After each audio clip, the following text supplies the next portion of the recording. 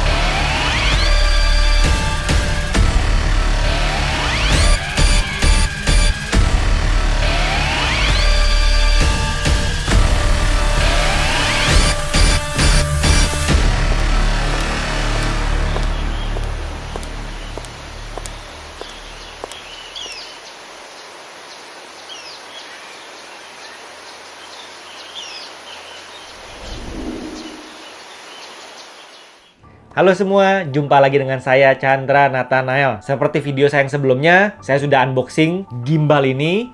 Kalian tahu ini apa? Scorp Pro. Tiba saatnya sekarang kita kupas kemampuan dari gimbal ini. Sebelum kita mulai, saya menggunakan kamera EOS R dengan lensa 24-105 f4. Baik, impression pertama. Pada saat saya menggunakan alat ini, sama ya seperti gimbal-gimbal saya yang sebelumnya. Mau tidak mau, kita harus exercise otot kita karena ini berat. Bobotnya tepatnya ada di sini, 4 kiloan, 4,5 kilo lebih kurang. Lalu berikutnya, tombol on off-nya ada dua macam ya. Ada di atas sini, di removable handle grip atau di bodinya. Jadi kita bisa pilih selama ini nyambung ya, tapi kalau removable handle gripnya terpisah, kita harus menyalakan masing-masing. Nah, kita tekan selama lebih kurang 5 detik, tekan lama, ada bunyi sound on. Nah, saya putar sedikit supaya teman-teman bisa lihat. Saya tekan tombol on-nya.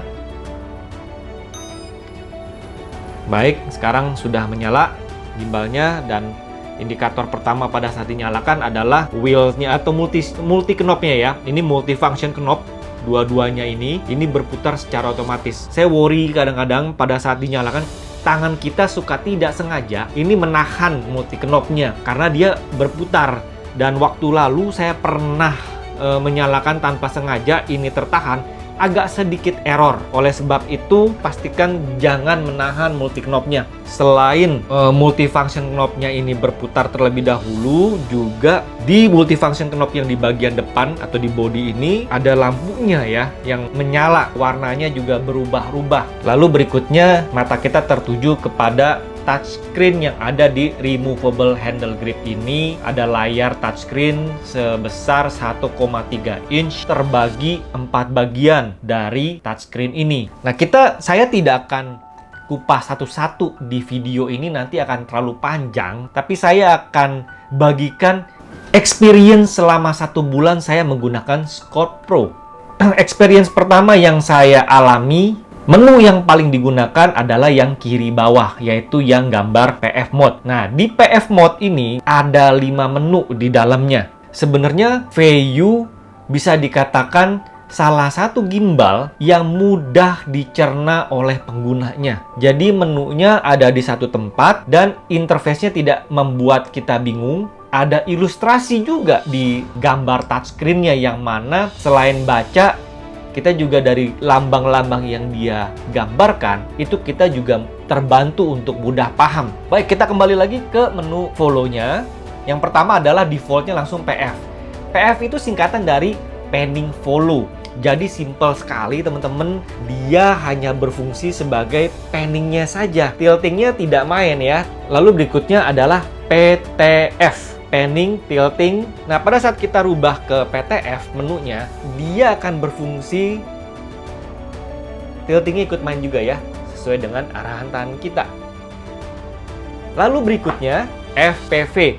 FPV ini adalah menu benar-benar mengikuti gerakan tangan kita. rotate pun akan mengikuti. Saya contohkan maksudnya apa? Ya, jadi bukan hanya sekedar tilting atau panning, tapi juga rotate-nya juga ikut. Jadi 3 menu ini adalah yang cukup sering kita gunakan. Lalu yang berikutnya menunya adalah lock mode. Ini juga menarik teman-teman. Pada saat kita lock, posisi terakhir yang kita lock, nah jadi ini benar-benar lock ya. Dia di satu titik, bahkan tilting pun tidak akan bergerak. Menu yang terakhir adalah sama dengan FPV, tapi bedanya ini adalah versi flashnya. Dia akan sangat responsif, cepat sekali. Buat saya, flashnya cukup menarik juga, cukup responsif, cukup nyaman untuk digunakan. Untuk menu follow-follow tersebut, selain di touchscreen, kita juga bisa menekan tombol M. Jadi pada saat kita tekan sekali, dia akan switch ke lock mode. Kita tekan lagi, sekali lagi, dia akan kembali. Kalau kita tekan M-nya 2 kali, dia akan pindah ke panning, tilting, follow, PTF. Nah, kalau kita tekan 2 kali lagi, tidak terjadi apa-apa. Yang terjadi pada saat kita tekan 3 kali, ini akan pindah ke FPV. Untuk flash sendiri, dia tidak bisa ditekan, jadi harus melalui touchscreen. Saya coba udah tekan berkali-kali ya, 1, 2, 3, 4 juga nggak switching. Jadi hanya tekan sekali, tekan 2 kali, tekan 3 kali. Pada saat saya menggunakan alat ini, tidak semuanya nyaman menggunakan touchscreen-nya. Jadi ada momen-momen di mana pada saat kita harus gerak cepat, kita harus dengan mudahnya menekan dengan tombol M. Khususnya pada saat remote-nya terpisah dengan bodinya. Saya tunjukkan nanti kenapa. Kita masih ulas di removable handle grip. Di atas ini adalah tombol untuk lock touchscreen-nya. Bila kita tekan, tidak akan berpengaruh karena ini lock-nya. Cukup simple, sekali klik aja, jadi tidak perlu tekan 2 detik, 3 detik. Nah, jadi begitu ditekan langsung responsif. Ini lock screen. Di bagian turun bagian bawah ini ada joystick. Nah, joystick ini untuk saya cukup nyaman kita gunakan. Ini seperti joystick PlayStation ya. Jadi dia cukup responsif. Dari hasil video yang saya shoot juga, saya menggunakan default. Jadi teman-teman melihat itu belum saya custom ya, speed dari gimbalnya semua. Nah, kembali ke joystick, di tangan kanan ini cukup nyaman menurut saya. Tapi juga ada kalanya di mana pada saat saya shooting, ini joystick suka tertekan ya. Jadi ini yang membuat failure kameramen dan tidak ada locknya. Saya belum tahu nih apakah ada locknya. Yang menarik tapi dari sisi joysticknya, di interface-nya ini, VU untuk Scorp Pro cukup detail ya, memanjakan penggunanya. Karena ada animasi, teman-teman bisa lihat ya, pada saat kita tekan ke kiri, animasinya teman-teman bisa lihat, bahkan menyerong. Walaupun pada praktikalnya kita fokusnya ke objek yang kita shoot. Well, good to have this animasi. Nah, masih di removable handle grip, multi knob function-nya ada 2. Di depan, di bagian bodinya, dan di bagian tangannya ini ya. Dan ini pada saat diputar, di dalam menunya ada menu synchronize. Jadi pada saat tersinkron, ini akan bergerak bersamaan. Di sisi multifunction knobnya juga cukup nyaman, karena di sisi bawahnya ini seperti ada protektor, sehingga jempol tangan kita tidak mudah mengenai multifunction ini ya. Nah, kalau di sisi depan removable handle gripnya, depan ini sayangnya pada saat alat ini tiba kepada saya, focus ringnya itu belum masuk ke Indonesia ya. Saya dengar-dengar sekarang harusnya sudah masuk, tapi saya belum ada. Jadi saya belum merasakan fitur dari follow focus ringnya tersebut. Kemudian yang teman-teman perlu ketahui adalah, kembali lagi seperti video review saya yang Zhiyun, ini bentuknya sama seperti L begitu ya, untuk underslung. Pengalaman saya sama. Artinya gimbal ini serasa untuk yang kuat di tangan kiri. Tapi fitur semua yang di tombol-tombol yang ada ini untuk tangan kanan. Pada saat saya coba tukar dengan tangan kiri, saya cukup nyaman sebetulnya dengan kalau tangan kanan yang di depan, tangan kiri yang untuk operate. Seperti itu, saya lebih nyaman seperti ini sebetulnya. Tetapi cukup bermasalah teman-teman pada saat saya mencoba seperti ini, multifunction knobnya tidak bisa saya gunakan. Bahkan multifunction knob yang di sisi depan saya handheld seperti ini hampir tidak saya gunakan karena tidak bisa dijangkau dengan jari saya, agak sulit gitu ya. Jadi pada saat saya konsentrasi agak jauh dengan jempol. Even kita bertukar tangan dengan tangan kiri seperti ini, saya susah sekali untuk begini ya. Jadi konsentrasinya agak sulit. Tapi multi knob ini yang ada di body akan tetap terpakai pada saat nanti ini terpisah. Nanti akan saya jelaskan setelah ini. Kemudian berikutnya pengalaman saya menggunakan Scope Pro, saya lebih banyak nyaman menggunakan underslung. Ini nyaman banget seperti teman-teman sudah lihat di footage saya. Jadi saya sering sekali menggunakan posisi underslung. Tapi somehow kita nggak selamanya menggunakan underslung pasti ya. Saya nggak tahu bagaimana. Ini pengalaman saya membedakan antara Zhiyun Kren 3 Lab. Pada saat saya angkat Scope Pro ini, saya rasa beban tangan kiri ini lebih banyak menahan sampai 80%, lebih kurang seperti itu. Dan yang 20% ini ditahan di tangan kanan. Bahkan hampir 90% ada di tangan kiri. Jadi teman-teman pastikan yang Scope Pro adalah orang-orang yang exercise. Karena kita benar-benar tangan kiri kita nih cukup banyak menahan lebih kurang 4,5 kilo kan ya. Pada saat saya pegang seperti ini, selama saya syuting, saya merasa alat ini tuh lebih nyaman digunakan dengan posisi sedikit turun seperti ini ya. Ini rasa lebih nyaman karena ini lekukan removable handle gripnya seperti agak miring gitu ya, lebih ke belakang. Beda dengan Zhiyun, kalau Zhiyun tuh sedikit lebih tegak rasanya, jadi supportnya masih bisa terbagi antara tangan kanan dan tangan kiri.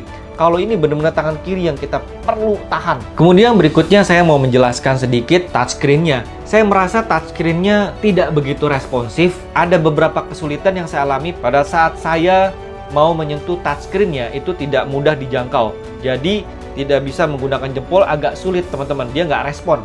Saya harus melepas dari removable handle grip dan saya benar-benar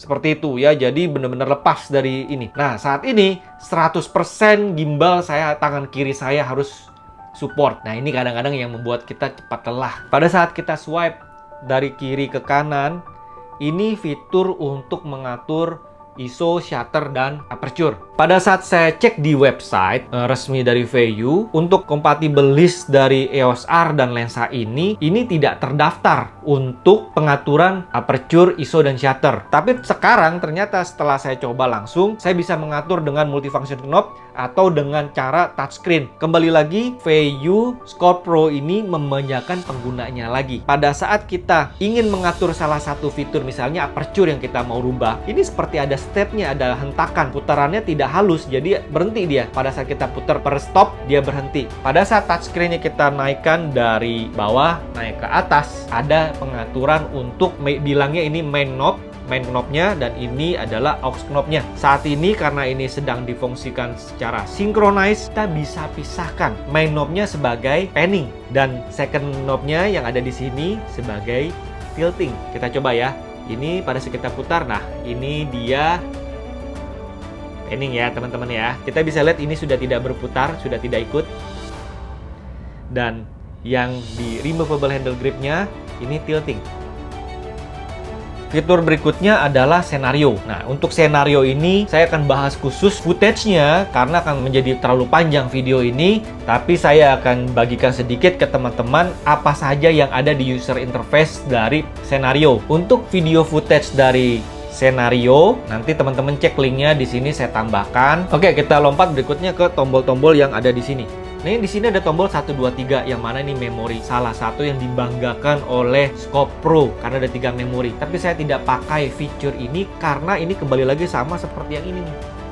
Ini gunanya untuk fokus ring karena alatnya belum ada. Jadi kita bisa memori di jarak titik A, titik B, titik C, ini bisa direkam. Dan yang terakhir dari fitur tombol ini adalah sebenarnya salah satu fitur untuk switching, tilting, dan panning. Jadi ini ada short button yang mana kita bisa manfaatkan fitur-fitur yang ada. Kemudian ada fitur berikutnya yaitu tombol di sisi depan. Tombol depan ini namanya trigger button. Trigger button ini yang biasa saya sering manfaatkan adalah untuk mereposisi atau mengembalikan ke posisi semula, yaitu dengan cara menekan tombol trigger button 2 kali, 1, 2.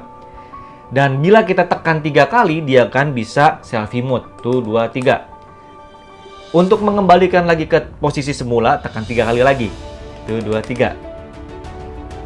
Pada saat kita tekan 1 kali, tidak terjadi apa-apa. Namun, Score Pro ini memiliki mobile apps yang dapat menghubungkan antara Score Pro dengan mobile apps-nya. Dan di sini terdapat trigger button yang bisa kita manfaatkan, teman-teman. Ada 4 pilihan: PTF, FPV, lock, dan follow mode. Selain kita bisa memanfaatkan tombol M ini, nah saya sering pada saat saya mengaplikasikan lock mode ini adalah yang paling menarik buat saya pribadi. Jadi, saya pilih lock mode, misal seperti ini. Dan pada saat kita tekan lock mode-nya, nah pada saat kita tekan terus tanpa dilepas, dan dia akan langsung lock mode. Tiba saatnya kita lepas removable. Untuk hal ini, saya jujur banget keren teman-teman, pakai banget. Karena ini kita bisa tetap fungsikan pada saat removable-nya ini kita lepas, ini tetap bisa berfungsi. Jaraknya juga amazing. Jarak antara removable handle grip dengan bodinya itu bisa 25 meter. Keunikan dari removable handle grip, jadi pada saat kita menekan tombol M ini namanya somatic mode. Dia benar-benar bisa mengikuti arah tangan kita. Dan sangat responsif, teman-teman. Bisa lihat sendiri. Canggih banget, udah nggak tahu deh pokoknya ini.